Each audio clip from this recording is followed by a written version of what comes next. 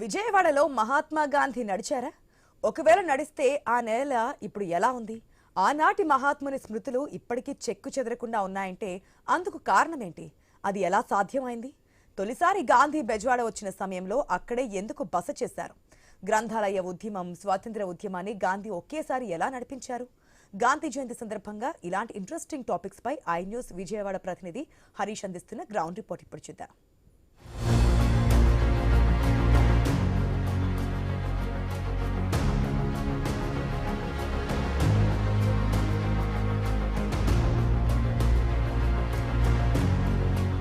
October 2వ తేదీ date చెప్పంగానే అందరికీ గుర్తుకు వచ్చేది ఒకే ఒక వ్యక్తి, మహాత్మా గాంధీ. మహాత్మా గాంధీ అన్న, గాంధీ అన్న, మహాత్ముడు అన్న, బాపు అన్న, ఏ పేరు చెప్పినా మనకు గుర్తు వచ్చేది ఒకే వ్యక్తి, మోహన్ దాస్ కరమ్చంద్ గాంధీ.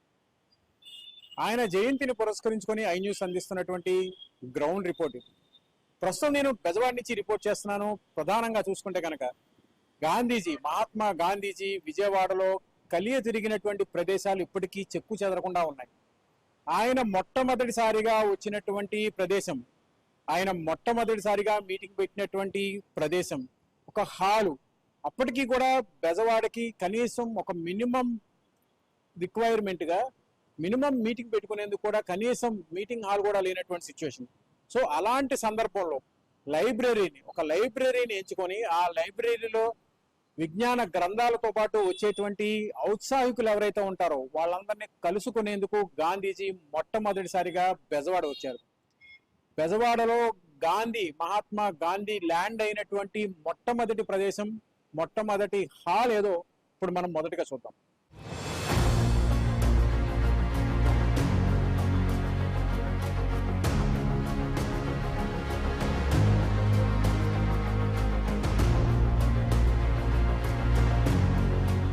ఖచ్చితంగా 1919 సంవత్సరం జనవరి 30వ తేదీ. ఇప్పటికి చూసుకుంటే కనుక సరిగ్గా 106 సంవత్సరాలు, ఒకటి కాదు రెండు కాదు 106 సంవత్సరాల క్రితం ఇక్కడికి ఇప్పుడు నేను నడుస్తున్నటువంటి ప్రదేశం ఏదైతే ఉందో రామ్మోహన్ లైబ్రరీగా ఇప్పుడు ప్రజెంట్ విజయవాడ కాదు, దేశంలో ఎక్కడ తెలుగు వారున్నా కానీ రామ్మోహన్ లైబ్రరీ అంటే తెలియని వారు కాదు. ఈ ప్రదేశంలో ఏదైతే నేను అడుగులు వేస్తున్నానో ఇదే ప్రాంతంలో అంటే చెప్పడానికి కూడా నాకు కూడా చాలా ఎగ్జైటింగ్ గా ఉంది. ఎందుకంటే 106 సంవత్సరాల క్రితం మహాత్మా గాంధీ ఇక్కడికి వచ్చి ఫస్ట్ టైం వచ్చి ఇక్కడ ఉన్నటువంటి స్వాతంత్ర సమరులు కావచ్చు, ఆయన ఇంకా అప్పటికి పూర్తిగా ఫేమ్ కూడా రాలేదు. అలాంటి సిచ్యువేషన్స్ లో ఇక్కడికి వచ్చి 1919 సంవత్సరంలో ఈ ప్రాంతంలో కలియ తిరిగి తొలిసారి ఫస్ట్ టైం మొదటిసారిగా వచ్చి ఇక్కడ ఆయన అకామిడేషన్ తీసుకోవడం కావచ్చు, ఆయన మీటింగ్ పెట్టుకోవచ్చు కావచ్చు, ఆయన కలవడానికి వచ్చినటువంటి వ్యక్తులు ఎవరైతే ఉంటారో వాళ్ళని కలవడం కావచ్చు. ఇలాగా ఇక్కడ ఆయన తిరిగినటువంటి ప్రదేశం ప్రజెంట్ మనం చూస్తున్నాం. ఈ ప్రదేశం నుంచి గాంధీజీ మొదటి అడుగు బెజవాడలో స్టార్ట్ అయిందంటే ఆశ్చర్యంగా ఉన్నప్పటికీ కూడా ఇది పక్కాగా వాస్తవం. 106 సంవత్సరాల క్రితం 1919లో జరిగినటువంటి సీన్ ప్రస్తుతం చూస్తున్నటువంటి హాలు, ఈ హాల్ మొత్తం కూడా ప్యాక్ అయిపోయినటువంటి సిచ్యువేషన్. ఎందుకంటే అప్పట్లో స్వాతంత్ర ఉద్యమం, స్వాతంత్ర సమర యోధులు పెద్ద ఎత్తున ఔత్సాహికులు కావచ్చు, సొంతంగా వ్యక్తిగతంగా వచ్చినటువంటి సిచ్యువేషన్స్ కావచ్చు, వీటన్నిటినీ కూడా చూసుకుని వచ్చినటువంటి సిచ్యువేషన్ కనిపిస్తున్నటువంటి నేపథ్యంలో ప్రజెంట్ ఈ రామ్మోహన్ లైబ్రరీ నిర్వహిస్తున్నటువంటి కార్యదర్శి వేములపల్లి కేశవరావు గారు కూడా మనతో ఉన్నారు. అయితే ప్రజెంట్ ఆయనకి 70+ ఉన్నాయి. అయితే 106 ఇయర్స్ క్రితం జరిగినటువంటి సిచ్యువేషన్ కూడా ఆయన కూడా తెలియదు. కానీ ఆయనకి సంబంధించి ఆయన కుటుంబ సభ్యులు కావచ్చు, ఆయన ముందు తరం వాళ్ళు కావచ్చు ఏం చెప్పారు, ఆయనకి ఏం తెలుసు, మనతో మాట్లాడేందుకు కేశవరావు గారు ఉన్నారు. సార్ చెప్పండి, ఎలా చూస్తారు 106 సంవత్సరాల క్రితం జరిగినటువంటి సిచ్యువేషన్, మొదటిసారి గాంధీజీ వచ్చారు, ఇప్పుడు మీ అనుభవం ఏంటి? మహాత్మా గాంధీ గారు మన కృష్ణా జిల్లాలో మొట్టమొదటిసారిగా వచ్చినప్పుడు వారికి ఆశ్రయం ఇచ్చిన భవనంలో ఇప్పుడు మనం మాట్లాడుకుంటున్నాము. 1914లో నిర్మించబడిన ఈ గ్రంథాలయ భవనము సమావేశ మందిరంలో 1919 జనవరి 30న మొట్టమొదటిసారిగా మహాత్మా గాంధీ గారు విజయవాడ వచ్చినప్పుడు ఇక్కడే విడిది చేశారు. తరువాత 1921 మార్చిలో కాంగ్రెస్ సమావేశాలు జరిగినప్పుడు కూడా వారు ఇక్కడే విడిది చేశారు. ముఖ్యంగా 1919 నాటికి మన స్వాతంత్ర పోరాటం అయితే మొదలయ్యింది కానీ అది ఉద్యమ రూపం దాచలేదు. ఉద్యమాలు అంతకుముందు ఝాన్సీ రాణి టైంలో 1857 అప్పుడు జరిగినాయి. కానీ 1886లో కాంగ్రెస్, నేషనల్ కాంగ్రెస్ ఆవిర్భావం జరిగిన తర్వాత మొదటగా కాంగ్రెస్ నాయకులందరూ కూడా సామ్యవాదంగా బ్రిటిష్ రూలర్స్తోనూ బ్రిటిష్ గవర్నర్తోనూ సంప్రదింపులు జరిపేవారు. ఒక ఉద్యమం అంటూ లేదు. కానీ ఇక్కడికి మహాత్మా గాంధీ గారు వచ్చిన తర్వాత నెమ్మదిగా స్టెప్ బై స్టెప్ ఉద్యమ కార్యక్రమాలు మొదలైనవి. 1919లో ఆయన ఇక్కడ లోకల్ కాంగ్రెస్ లీడర్స్ అయ్యదేవర కాళేశ్వరరావు గారు కానీ, టంగుటూరు ప్రకాశం, మిగతా వ్యక్తులను కూడా అందరినీ కలిశారు. కలిసిన తర్వాత 1921లో విజయవాడలో కాంగ్రెస్ సమావేశాలు జరిగి రిజల్యూషన్స్ పాస్ చేసుకోవాలని వాళ్ళు నిర్ణయం తీసుకోవటం జరిగింది. 1921లో కాంగ్రెస్ సమావేశాలు జరిగినప్పుడు కూడా ఆయన ఇక్కడికి వచ్చారు. నెమ్మదిగా ఉద్యమం ప్రారంభమైన తర్వాత 1929 మార్చి 31 ఏప్రిల్ 1న ఆయన ఇక్కడైతే స్టే చేయలేదు. కానీ ఇక మచిలీపట్నము దివితాలూకా విజిట్కి వెళ్ళేటప్పుడు ఇక్కడ అక్కడ కాంగ్రెస్ ఉద్యమకారులను ఉద్దేశించి ప్రసంగించారు. 1929 ఆయన ఇక్కడికి వచ్చినప్పుడు పింగళి వెంకటరత్న గారు ఆయన మన నేషనల్ ఫ్లాగ్, అప్పుడు కాంగ్రెస్ ఫ్లాగ్ అది, ఆ నమూనాను కూడా చూపించారు. అయితే అది తరువాత 1931లో బాపు భవన్లో జరిగిన కాంగ్రెస్ సమావేశంలో దానికి కొంత మహాత్మా గాంధీ గారు సూచించిన మార్పులతో దానికి అంటే ఇక్కడున్న సిచ్యువేషన్ మనం చూద్దాం. అంటే దాదాపు 106 సంవత్సరాల క్రితం, అంటే ఆషామాషి వ్యవహారం కాదు. ఇలాంటి సిచ్యువేషన్ ఇంత సిటీలో, ఇప్పుడు ఎంత డెవలప్ అయినటువంటి సిటీ, ఇప్పటికీ కూడా ఈ లైబ్రరీని చాలా కష్టపడి మీరు మెయింటైన్ చేస్తున్నారు. కష్టపడి దీన్ని ఇప్పటికీ కూడా చరిత్రకి సంబంధించి భవిష్యత్ తరాలకి కూడా దీన్ని తెలియజేసే విధంగా ఉంది. ఎలా ఉంది యూత్, ఇప్పుడు వచ్చినటువంటి యూత్ కి ఆనాటి సిచ్యువేషన్స్ ఎలా ఉన్నాయి?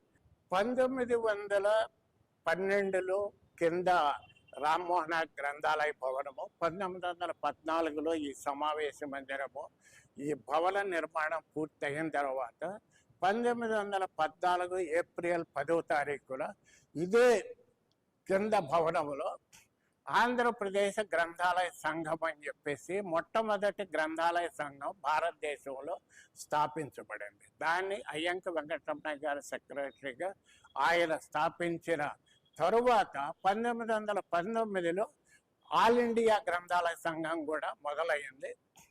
అయితే 1919లో మహాత్మా గాంధీ గారు ఈ భవనాన్ని విజిట్ చేసిన తర్వాత యాక్చువల్గా ప్రజల్లో చైతన్యం రావాలంటే గ్రంథాలయాల అభివృద్ధి, తర్వాత స్థానికుల్లో ప్రజల్లో కాస్త అవగాహన కలగటానికి పత్రికలు చదవాలనే ఉద్దేశంతో గ్రంథాలయాల్ని మహాత్మా గాంధీ గారు కూడా ప్రోత్సహించడం జరిగింది.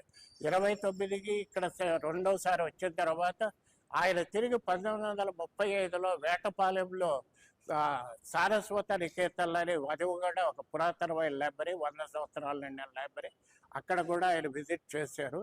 అదే సమయంలో ఆయన సలహా మేరకు దేశోద్ధరక కాశీనాథు, నాగేశ్వరరావు పంతులు గారు, ఇతరులు కూడా ఈ గ్రంథాలయాలకి ఉచితముగా న్యూస్ పేపర్స్, మ్యాగజైన్స్, పత్రికలు అందించేవారు.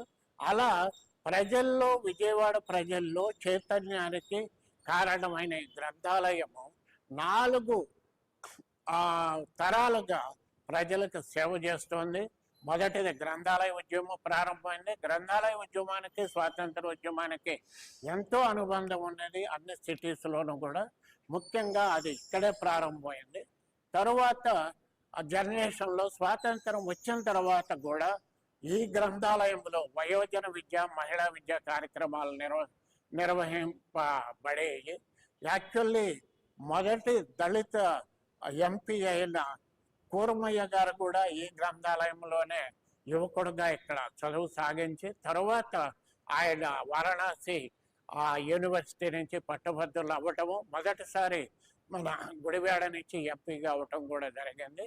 అలా ఈ విజయవాడ సంస్కృతికి, తర్వాత సమాజానికి, సాహిత్యానికి ఈ గ్రంథాలయం అప్పటి నుంచి ఇప్పటి వరకు కూడా సేవలు చేస్తూనే ఉన్నది. మొత్తం మీద ఇక్కడ ఉన్నటువంటి చరిత్ర, లైబ్రరీకి ఉన్నటువంటి చరిత్ర కనుక మనం చూస్తే కనుక, ఒకటి మొదటిసారిగా గ్రంథాలయ ఉద్యమం అంటే స్వాతంత్ర సమరయోధులు, స్వాతంత్ర పోరాటం ఒక ఎత్తు అయితే, గ్రంథాలయ ఉద్యమం ఒక ఎత్తు. గ్రంథాలయానికి సంబంధించి విజ్ఞాన కేంద్రాలుగా ఉండాల్సినటువంటి గ్రంథాలయాలు అప్పటికి కూడా అసలు ఎవరికి కూడా తెలియదు. అలాంటి ఉద్యమం స్టార్ట్ అయింది కూడా ఇదే ప్రదేశంలో. మహాత్మా గాంధీ మొదటిసారి బెజవాడ వచ్చింది కూడా ఇదే ప్లేస్ నుంచి స్టార్ట్ కావటం, ఇక్కడి నుంచే ఆయన వివిధ ప్రాంతాలకు వెళ్ళటం. ఇంకొక విషయం ఏంటంటే, తెలుగు వారందరూ కూడా పెద్ద ఎత్తున గర్వించేదగ్గ విషయం, తెలుగు విశ్వవిఖ్యాత నట సార్వభౌముడు ఎన్టీఆర్, నందమూరి తారక రామారావు కూడా ఇక్కడే ఇదే హాల్స్ లో సాంస్కృతిక కార్యక్రమాలు, అప్పట్లో రంగస్థలం ఉండేది, రంగస్థలం నాటికలు జరిగేవి, ఆయన కూడా ఇక్కడి నుంచే నాటకాల ద్వారా ప్రజలకు చేరువైనటువంటి సిచ్యువేషన్ ఉంది. ఇలా గాంధీ మొదటిసారి వచ్చినటువంటి లైబ్రరీ గురించి చూసాం. గాంధీ ఇక్కడి నుంచి ఎక్కడెక్కడికి వెళ్ళారు, ఎక్కడెక్కడ ఆయన ప్రసంగించారు, ఈ వివరాలన్నీ కూడా మనం నెక్స్ట్ ఎపిసోడ్లో తెలుసుకుందాం.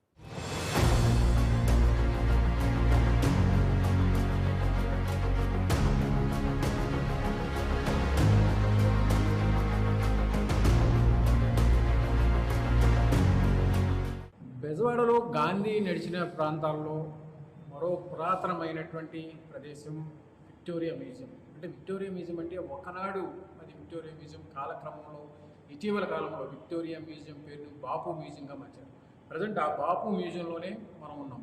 బాపు మ్యూజియంలో ఆ రోజు జరిగినటువంటి కార్యకలాపాలకు సంబంధించి ఈ వేదికగా బాపు మ్యూజియంని కేంద్రంగా చేసుకొని, ఆనాటి విక్టోరియా మ్యూజియంని కేంద్రంగా చేసుకొని దాదాపుగా 1921 సంవత్సరంలో జరిగినటువంటి అఖిల భారత కాంగ్రెస్, జాతీయ కాంగ్రెస్ కమిటీకి సంబంధించినటువంటి సమావేశంలోనే పింగళి వెంకయ్య రూపొందించినటువంటి జాతీయ జెండాని జరిగినటువంటి సమావేశాలు 2 రోజులు జరిగితే మార్చి 31, ఏప్రిల్ 1వ తేదీన 1921 2 రోజుల పాటు ఈ సమావేశాలు జరిగినాయి. అఖిల భారత కాంగ్రెస్ కమిటీకి సంబంధించినటువంటి సమావేశం. ఆ సమావేశానికి సంబంధించి 2వ రోజు పింగళి వెంకయ్య రూపొందించినటువంటి త్రివర్ణ పతాకం ప్రజెంట్ ఇప్పటికీ కూడా మనం చూస్తున్నాం. దానికి సంబంధించినటువంటి ఆనవాళ్ళు శిలారూపంలో, శిలా శాసనం లాగా పింగళి వెంకయ్య ఒకవైపు, మహాత్మా గాంధీ ఒకవైపు, పింగళి వెంకయ్య మహాత్మునికి అందిస్తున్నటువంటి త్రివర్ణ పతాకం ఇప్పటికీ కూడా కళ్ళకు కట్టినట్టుగా కూడా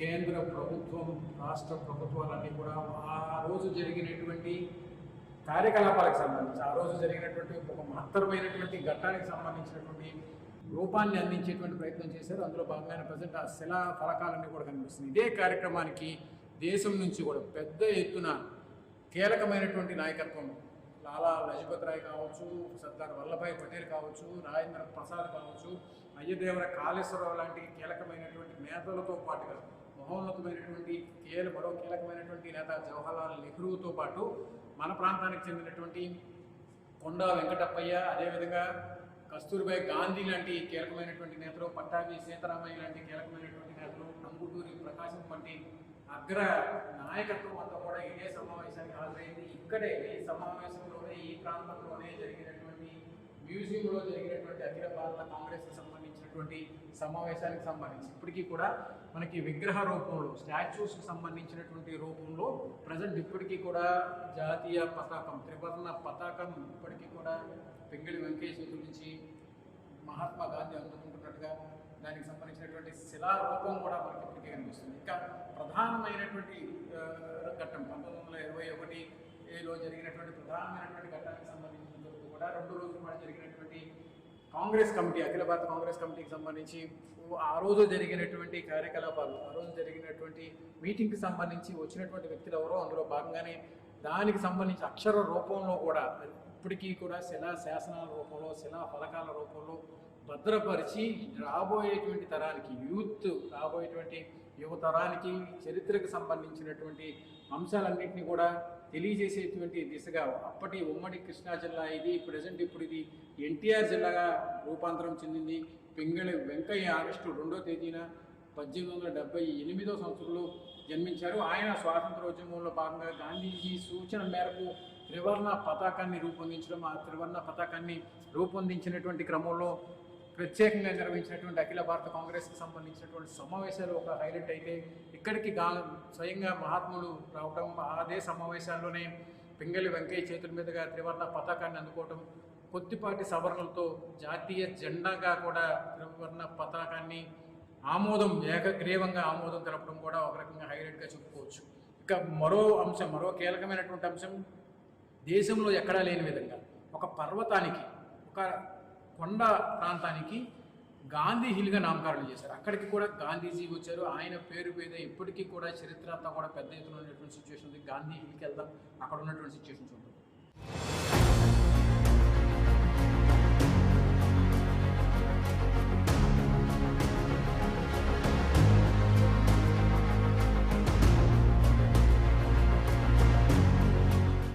బెజవాడలో గాంధీ నడిచినటువంటి ప్రాంతాలు, అడుగిడినటువంటి ప్రాంతాల్లో అత్యంత కీలకమైంది గాంధీ హిల్.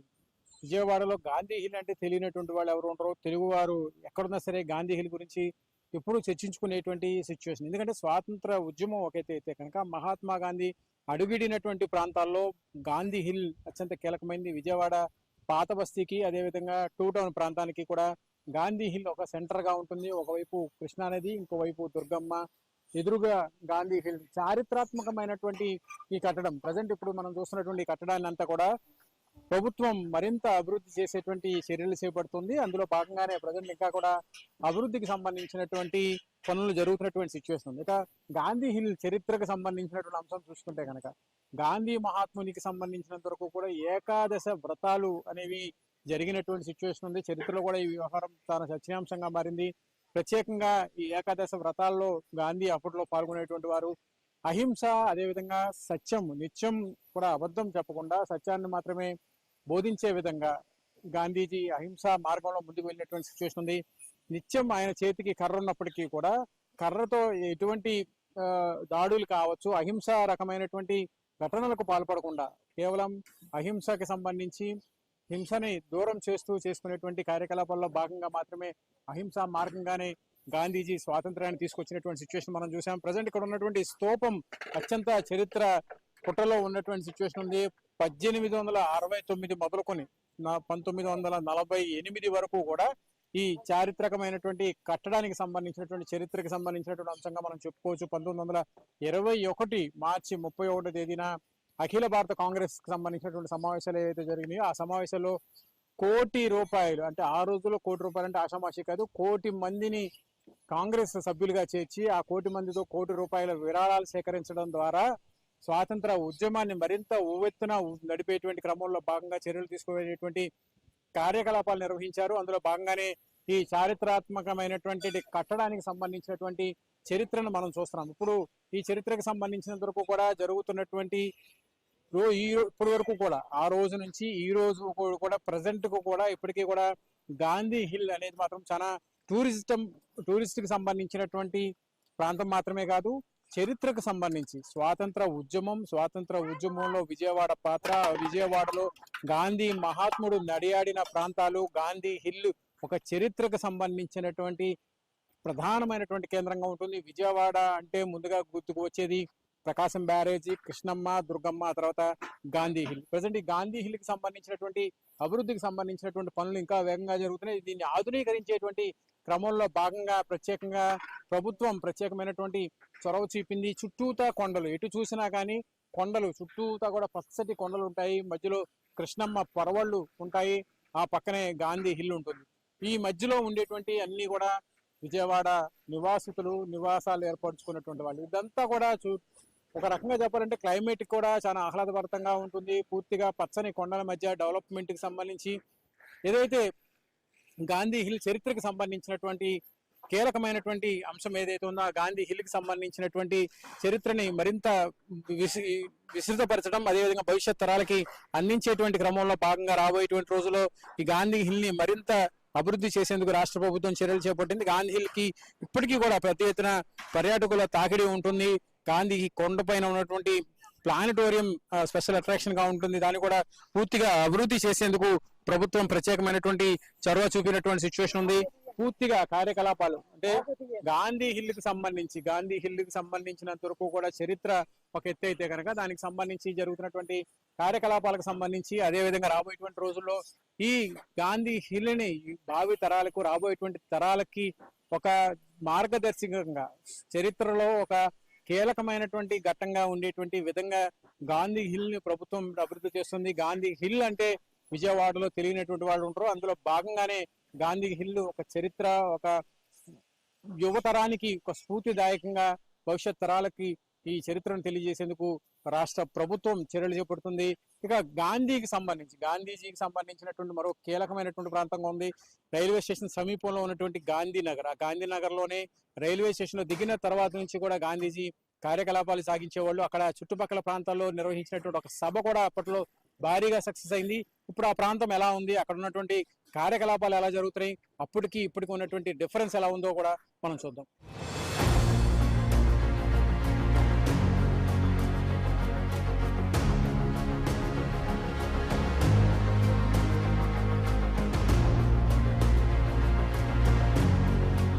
గాంధీ నడిచిన బెజవాడ వీధుల్లో మరో ప్రత్యేకమైనటువంటి ప్రాంతం కూడా ఉంది, అదే గాంధీనగర్.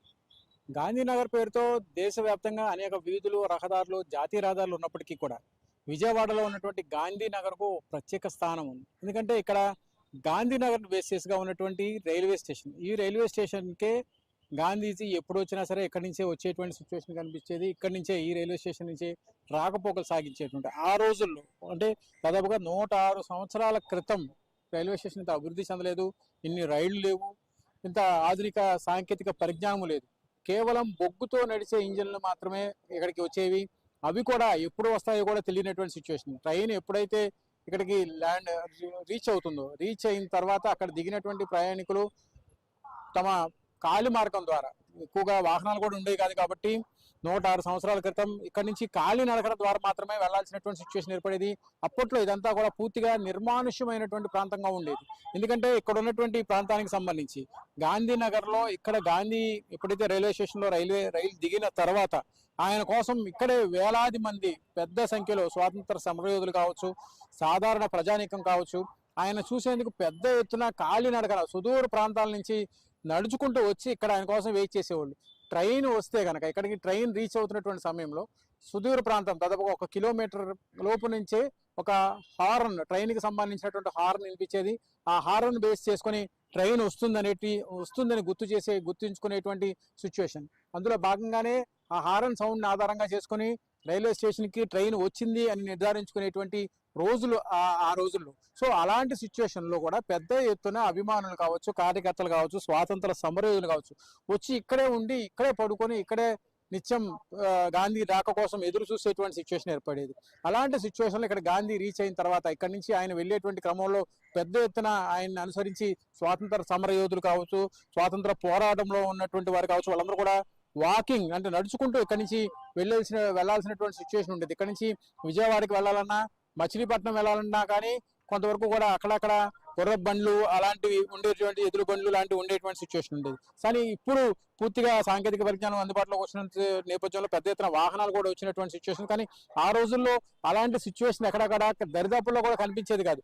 రోజుల తరబడి కాలినడకన నడుచుకుంటూ వెళ్లాల్సినటువంటి సిచ్యువేషన్ ఉండేది. ఎద్దుల బండి మీద రకరకాల మార్గాలు, గుర్రపు బండ్ల మీద రకరకాలైనటువంటి మార్గాల్లో నడుచుకుంటూ కానీ, పాదచారులు కానీ వాహనాలను తీసుకొని ముందుకు వెళ్లాల్సినటువంటి సిచ్యువేషన్ ఉండేటువంటి పరిస్థితి ఉంది. సో ఇలాంటి సిచ్యువేషన్ లో గాంధీ రాక కోసం ఇక్కడ పెద్ద ఎత్తున అభిమానులు గుమిగూడి క్రౌడ్ ఉండేటువంటి సిచ్యువేషన్ ఉండేది. అలాంటి సిచ్యువేషన్ కనిపించినటువంటి నేపథ్యంలోనే ఇప్పుడు ఇక్కడ గాంధీ నగర్ లో జరుగుతున్నటువంటి కార్యకలాపాలకు సంబంధించి గాంధీ నగర్ గా ఈ ప్రాంతం రూపాంతరం చెందడానికి కూడా గాంధీ కోసం వచ్చి వెయిట్ చేసేటువంటి వాళ్ళు కూడా ఎక్కడ వెయిట్ చేశారు అని చెప్పడానికి అన్న ముందు రైల్వే స్టేషన్ కన్నా కూడా రైల్వే స్టేషన్ ఉన్నటువంటి గాంధీ నగర్, ఆ గాంధీ నగర్ కోసం, గాంధీ కోసం వెయిట్ చేసేటువంటి స్వాతంత్ర సమరయోధులు ఎవరైతే ఉన్నారో వాళ్ళందరూ కూడా గాంధీ నగర్ లో ఉన్నాము, గాంధీ ప్రాంతం, గాంధీ వచ్చినటువంటి ప్రాంతం కాబట్టి ఈ గాంధీ నగర్ గా మారినటువంటి సిచ్యువేషన్ ఏర్పడింది. ఇందులో భాగంగానే ఇప్పటికీ కూడా గాంధీ నగర్కి సంబంధించినటువంటి పేరు ఇప్పటికీ కూడా పెద్ద ఎత్తున ఉన్నటువంటి సిచ్యువేషన్ ఉంది. ఈ ప్రాంతం నుంచే రాకపోకలు సాగించేటువంటి సిచ్యువేషన్ ఉండేది.